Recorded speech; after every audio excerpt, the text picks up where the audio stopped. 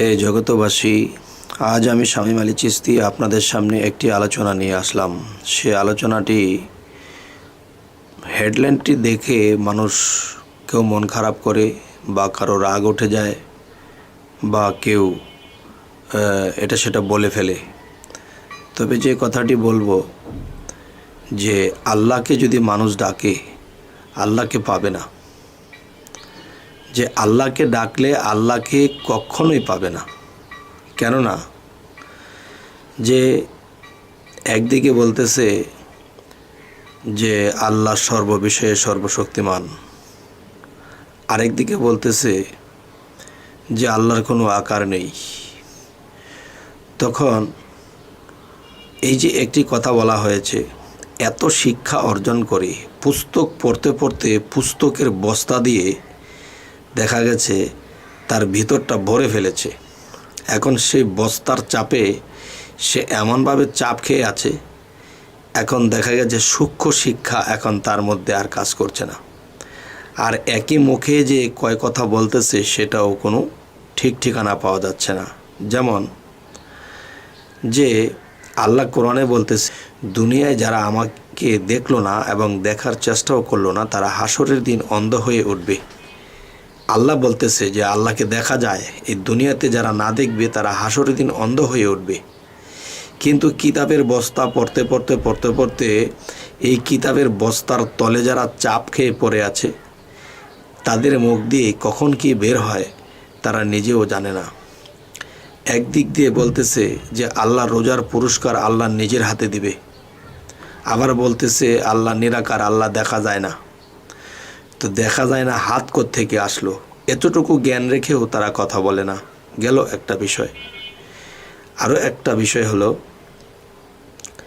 যে তারা পড়তেছে যে কুল হু আল্লাহ আহাদ, আল্লাহ এক, অদ্বিতীয়, এবং আল্লাহুস সামাদ। সামাদ শব্দে আল্লাহ বলতেছে যে আমি অভাবহীন, আমার কোনো কিছুর অভাব নাই। এখন যদি তারা বলে যে আল্লাহর আকার নাই, তাহলে এখানে সবচেয়ে বড় অস্বীকার করা হলো কোরআনকে এবং সূরা ইখলাসকে অস্বীকার করা হলো। যারা এই কোরআন ও সূরা ইখলাসকে অস্বীকার করবে তারা নির্ঘাত কাফের। যেন আল্লাহ বলতেছে আমি স্বয়ংসম্পন্ন, আমার কোনো কিছুরই অভাব নাই, কিন্তু তারা বলতেছে আল্লাহর আকার নাই। এই জন্যই বলি তারা কিতাবাদি পড়তে পড়তে পড়তে পড়তে এই কিতাবাদির বস্তার তলে তারা চাপা পড়ে আছে, যার ফলে তাদের মুখ দিয়ে কি বলে, চোখ দিয়ে কি দেখে, আর চিন্তা চেতনায় কি করে। এই জন্য দুনিয়াতে জীবিত থাকতেই তারা মরে। আমার কথায় কারো একটু হাসি আসতে পারে বা কারো কাশি আসতে পারে বা কারো একটু মনোমালিন্য হতে পারে, তবে আমার কথাগুলো একটু চিন্তা করবেন যে আল্লাহ বলে কি আর তারা বলে কি। তো কাফের কাকে বলে? যারা বোঝে না, যারা অবোধ ছিল এবং সত্য মিথ্যা তফাৎ করতো না, বুঝতো না, তারাই ছিল কাফের। আর তারাই কিন্তু নবীকে রক্তাক্ত করেছে, অপমান অপদস্থ করেছে। তো যারা অপমান অপদস্থ করেছে নবীকে, তারা কি মরে গেছে? তাদের আত্মা কি মরে গেছিল? তারা কিন্তু পৃথিবীতে আবারও এসেছে, এসে সেই অলিয়া উলিয়াদেরকে বদনাম করতেছে, সেই অলিয়া উলিয়াদেরকে ছোট করতেছে। কারা? তারাই তো, তারা সেই বংশধর, তারা এখনও যায়নি মারা। তবে হে জগতবাসী, আজকে আপনাদের সামনে যে আলোচনাটি শুরু করেছিলাম একটু অন্যদিকে চলে গেলাম, তবে আবার জায়গাতে ফিরি। সেটি হলো যে আল্লাহকে সারা জীবন ডাকলেও আল্লাহকে পাবে না। কেন পাবে না? যে দেখেন, আল্লাহ, লা শব্দের অর্থ কি আর আল শব্দের অর্থ কি? আল্লাহ। তাহলে যে আল শব্দের অর্থ আলো, লা, এ লা বিষয়টা কি? আল্লাহ, আল অর্থ যদি আলো হয়, লা এটার অর্থ কি হবে? যে এখন লায়ের মধ্যে যদি আমরা যাই, তখন আল্লাহ বলতেছে আমি মারেফতের গোপন বিষয়ে লায়ের মধ্যে আমি নাই হয়ে গায়েব হয়ে আছি, আবার আলোর মধ্যে এসে তিনি বলতেছে যে আমি প্রকাশ্যে আছি।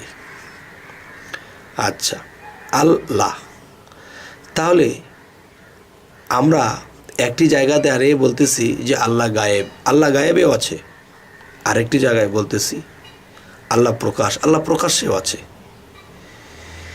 আচ্ছা, এখন দেখা গেছে যে আল্লাহকে, আল্লাহর রূপ দর্শন করতে হলে আমাদের কি করতে হবে?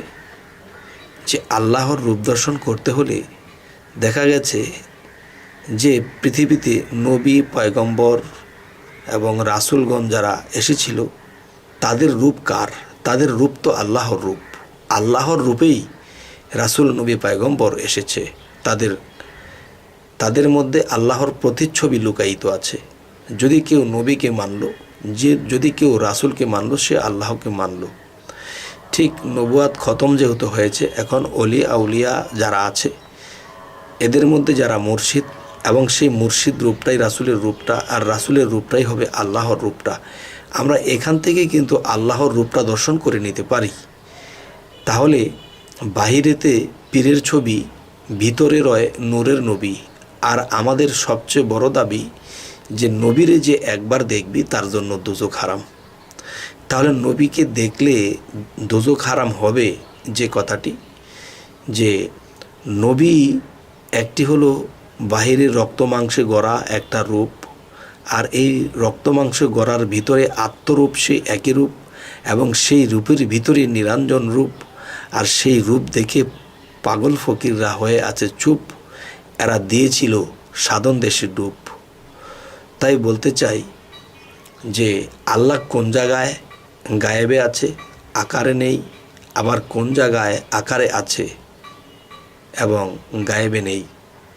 এই জায়গা স্থানগুলো না বোঝা পর্যন্ত যদি আমরা আল্লাহকে ডাকি তাহলে কখনই আল্লাহকে পাবো না, আল্লাহর রূপ দর্শন করতে পারবো না। তো হে জগতবাসী, আজকে আমার যে আলোচনা আপনাদের কেমন লাগলো অবশ্যই জানাবেন। তবে আপনাদের কাছে আমি বড়জোর অনুরোধ করে বলবো যে আল্লাহর রূপস্রোত অগণিত, কিন্তু অগণিত রূপস্রোতের মধ্যেই তিনি এক।